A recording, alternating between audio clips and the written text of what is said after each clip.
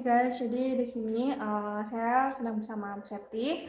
Bu Septi ini guru BK di SMA Unggulan Nusantara Semarang.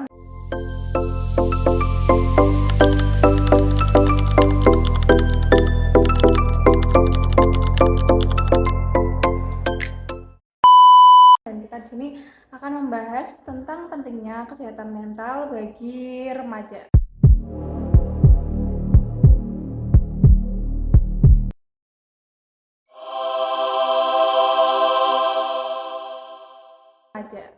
Nah, menurut Bu Septi, kesehatan mental pada remaja itu apa sih, Bu? Menurut Bu Septi, kesehatan mental bagi remaja, terutama anak SMA itu biasanya lebih mengacu pada kondisi emosi, terus kondisi pikiran dan perilaku mereka yang mempengaruhi cara mereka itu bertindak, berinteraksi dan berpikir. Kayak gitu kondisi kesehatan mentalnya. Oke, terus selanjutnya nih, terus kan akhir-akhir ini Bu kayak banyak tuh di media-media sosial kayak isu-isu tentang kesehatan mental gitu. Nah, menurut Bu Septi kenapa isu kesehatan mental pada remaja ini penting buat dibahas untuk saat ini?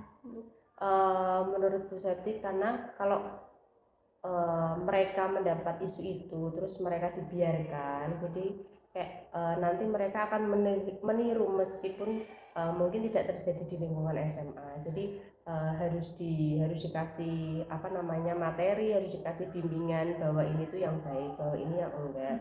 Jadi kalau barangkali mereka di sekolah atau mereka cara berinteraksinya mengalami tekanan, nah jadi takutnya mereka mengarah ke kondisi stres, terus uh, mereka juga dapat tekanan yang lebih besar dari lingkungannya gitu. Terus nih Kak, kalau misal perubahan psikologis apa yang bisa terjadi pada remaja pada saat ini, karena tadi kan ada mengalami stres gitu Bu. Nah itu misalnya perubahan psikologis apa yang dialami pada anak-anak gitu? Yang sering terjadi itu biasanya emosi naik turun. Kadang kan mereka masih remaja, masih labil, kadang emosinya gampang gampang naik, terus nanti tiba-tiba turun lagi. Nah kalau emosinya saat mereka naik itu kan mesti kan dampaknya kemarah, terus kadang ada yang nggak mau sekolah, ya macam-macam lah dampaknya. Terus karena itu biasanya hal-hal kayak gitu, faktor-faktor apa yang sering dialami untuk siswa-siswanya tuh untuk para anak remaja tuh kena gangguan mental gitu Bu? Banyak faktornya. Yang pertama itu kan kadang ada pertemanan, terus kadang ada anak SMA juga yang udah punya teman deket, terus mereka putus kan otomatis ini kan tekanannya itu kan langsung ini, terus emosinya nggak stabil. Terus ada juga mungkin masalah sepele lah, kadang ada yang uh, apa namanya rendah hati, terus mereka dapat omongan yang jelek dari temennya, terus ya itulah yang buat mereka itu stres, gak mau sekolah, terus lebih ke mengurung diri, terus kan kadang ada yang geng-gengan, terus ini buat apa ya, buat mereka down gitu. Itu tuh kalau kayak gitu tuh Bu, karena faktor itu misal faktor ini terjadi pada suatu anak gitu, biasanya itu tuh tanda-tanda apa yang terjadi pada anak tersebut kalau untuk mengetahui kesehatan mentalnya dia tuh terganggu gitu Bu, tanda-tandanya? Tanda-tandanya biasanya ini murung, terus ada juga kayak dijauhi sama temennya, mesti kan otomatis kalau biasanya anak ini bergaul sama kelompok ini kok tiba-tiba dijauhi, oh berarti mungkin mereka lagi ada masalah. Terus ada juga yang sering nggak masuk, terus kadang ada juga orang tua yang ngabarin ke sekolah, bu anak ini nggak mau sekolah, kenapa. Nah, kan kadang ada, nggak semua anak itu mau cerita. Nah, tadi kan Siti bilang nih kalau nggak semua anak tuh nggak mau cerita. Nah itu kan berarti kan anak tersebut tuh nggak bisa melontarkan perasaannya gitu Bu. Nah itu tuh kenapa sih Bu kayak remaja sekarang tuh cenderung sulit buat mengungkapin perasaan mereka tentang kesehatan mental mereka tuh, kenapa biasanya? mereka itu biasanya tuh kayak kurang percaya diri sama gurunya. Kadang nanti takut nih kalau aku cerita sama guruku nanti di mungkin dibocorin sama temennya, atau bahkan nanti takut kalau guruku itu ngomong sama orang tua. Nah mereka itu kan gimana ya, percaya dirinya kurang lah untuk cerita, jadi mereka itu lebih milih kalau ada masalah itu dipendam sendiri. Bahkan kalau cerita sama teman itu kan mungkin kerahasiaannya nggak terlalu terjaga lah kalau sama gurunya. Jadi ya ada beberapa anak yang kayak dipendam sendiri, terus tiba-tiba nanti ngurung diri di kamar. Terus tuh kalau itu ya Bu, kalau misal anak yang sulit ngungkapin perasaannya gitu Bu, nah itu kan suka orang tuanya tuh merasa khawatir gitu. Nah kira-kira tuh peran apa yang seharusnya orang tua berikan kepada anak yang sekiranya kesehatan mentalnya terganggu gitu? Biasanya kalau anak sekarang kan Gen Z ya namanya. Nah itu tuh nggak bisa lah kalau mereka itu dikerasi, atau lagi mereka itu di inilah apa namanya, kita jangan terlalu mengikuti kemauan anak. Ya mungkin kita ikuti, cuman ada tegesnya juga. Nah tapi kalau anak sekarang dibentak itu kan malah mereka memberontak. Nah jadi ikuti apa namanya alurnya, tapi tetap ada tegesnya sama disiplinnya juga. Biasanya orang tua itu tetap komunikasi sama guru atau sama wali kelas. Nah bu gimana anak ini nggak mau sekolah, kadang kita datang ke rumahnya, kita cari tahu lah penyebabnya dari teman sekelasnya ini, oh ternyata karena ini karena ini. Nah, terus kita kasih support, kita kasih motivasi, terus akhirnya kalau kita apa namanya ya, kalau kita cerita dengan biasanya empat mata gitu kan anaknya, oh ternyata dia mau cerita gini, terus akhirnya oh ya bu makasih karena udah ini, maksudnya udah terbantu lah, udah terkeluarkan unek-uneknya sama ini. Itu kan berarti peran guru juga ada ya Bu dalam membantu anak remaja gitu tentang kesehatan mentalnya. Nah,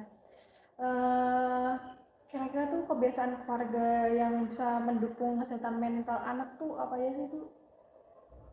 Biasanya kita support lah, kita kasih motivasi terus. Misal kalau guru lihat oh ternyata sikapnya salah, ya kita langsung tegur. Jadi kalau dibiarkan terus menerus itu kan nanti kan juga anak tertekan juga. Jadi kalau setiap ada kesalahan kita tegur, setiap ada laporan yang kurang baik tentang si siswa ini, siswa B, siswa A itu kan kita langsung apa namanya, kita langsung panggil, atau enggak kita langsung dilaporkan ke orang tua, kok anak ini seperti ini. Jadi kita tahu kronologinya, oh ternyata seperti itu. Nah ini Bu Kak, itu terus kira-kira keterampilan apa yang perlu dimiliki buat remaja untuk mengelola rasa stres mereka untuk menjaga kesehatan mental mereka gitu Bu? Biasanya manajemen waktu, biar mereka itu tahu mengatur cara waktu antara sama teman, terus belajar, sekolah, terus karena kan usia remaja itu kan mudah emosinya naik turun. Nah kita inilah kita kasih materi tentang mengelola emosi yang baik. Terus karena kan perubahan hormon juga, masa remaja itu kan kadang hormonnya itu kan juga tidak stabil, jadi ya dikasih tahu aja jangan gampang emosi. Terus kalau bergaul sama teman itu ya juga apa namanya ya, jangan ikut ikut apa namanya bisa memilah-milah gitulah ya. Nah kayak gitu, terus lebih ke menenangkan dirinya.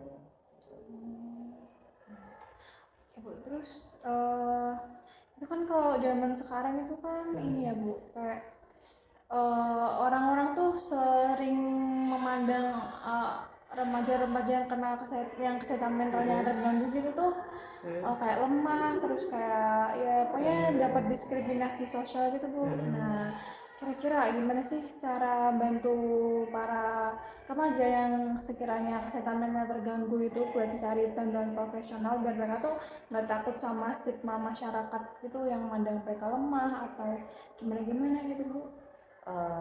Biasanya kita dimulai dari lingkungan sekolah dulu. Kita kasih layanan yang paling nyaman. Terus kalau anaknya udah nyaman kan otomatis si anak bebas nih mengekspresikan dirinya. Terus mereka udah mulai nyaman untuk berkembang maju baik di masyarakat atau di sama temennya di sekolah. Terus kita membantu meyakinkan, oh ternyata yang selama kemarin kamu lakukan itu salah, terus yang benar tuh kayak gini. Ya, kita meyakinkan lah untuk membantu perkembangannya si anak itu. Nah, terus misal nih kita sebagai di sini posisinya kita sebagai orang awam gitu, terus kita tuh tahu misal teman kita atau saudara kita dia tuh kesehatan mentalnya terganggu, terus tuh mulai menyakiti diri sendiri gitu Bu. Kira-kira langkah apa yang perlu diambil ketika kita ngelihat teman kita kesehatan mental terganggu gitu Bu? Mungkin kita harus mendengarkan ceritanya, terus kita beri dukungan penuh. Terus kalau mereka mau bercerita kan otomatis bebannya kan berkurang. Nah terus kita beri dukungan emosional. Kita intinya setiap harilah kita kalau perlu tuh temenin biar oh ternyata si anak tersebut kan oh ternyata aku masih diperhatikan. Kadang kan mereka kan kadang kurang kasih sayang, kurang diperhatikan. Nah itu yang buat mereka itu merasa tertekan.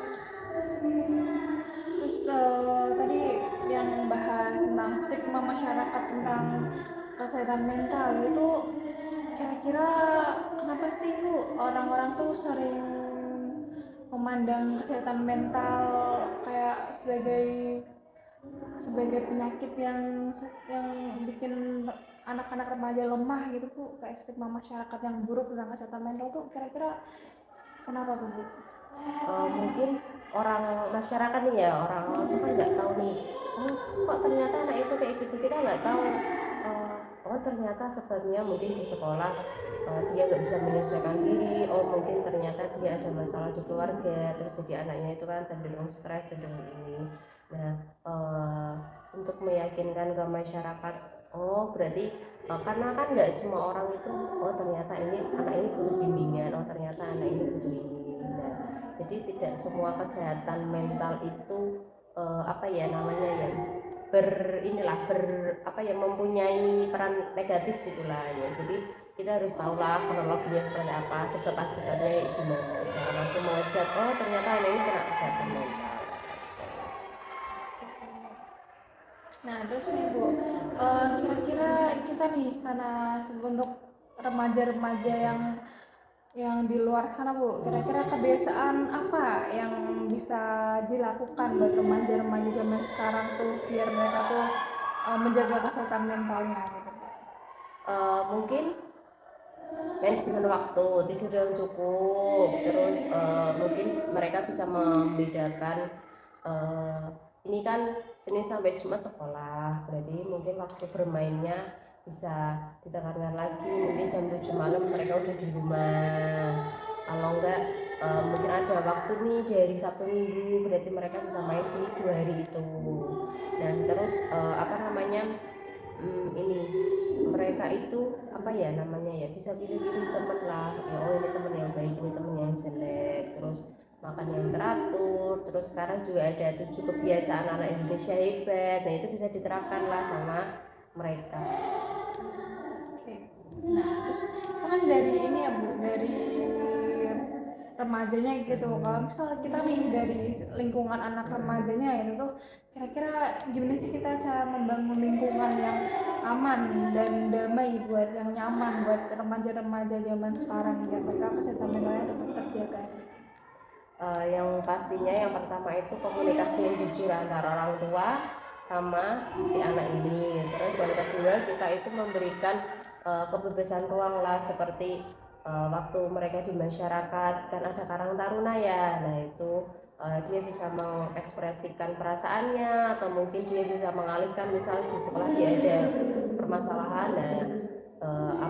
Dialihkan ke hal positif, dia ikut Karang Taruna. Di situ kan otomatis kan banyak temen lah yang mungkin sifatnya beda sama yang di sekolah. Dia bisa bercerita, mungkin dia bisa enjoy di situ. Nah itu untuk mengalihkan perasaannya, pikirannya tadi. Oke, itu kan tadi udah dikasih tips nih, cara-cara untuk menjaga kesehatan mental dari kita sendiri dan dari lingkungan. Nah, kira-kira ada pesan apa nih Bu buat remaja-remaja di luar sana yang sedang berjuang untuk kesehatan mental mereka? Mungkin pesannya Bu Septi, kamu itu nggak sendirian, kamu masih punya lingkungan di sekitarmu yang masih peduli. Dan yang paling penting, minta bantuan itu bukan kelemahan, tapi itu keberanian. Satu keberanian kalau kamu bisa minta tolong atau minta bantuan sama temen yang lain. Jadi kan untuk mengekspresikan perasaan. Hai, jadi itu tadi pesan dari Bu Septi, terus tadi juga ada dikasih tips-tips buat kita menjaga kesehatan mental sebagai remaja dan juga sebagai masyarakat di lingkungan. Nah, kayaknya segitu dulu deh Bu ya. Oke. Terima kasih ya Bu, terima kasih atas tipsnya Sama-sama. dan pendapatnya. Nah. Terima kasih.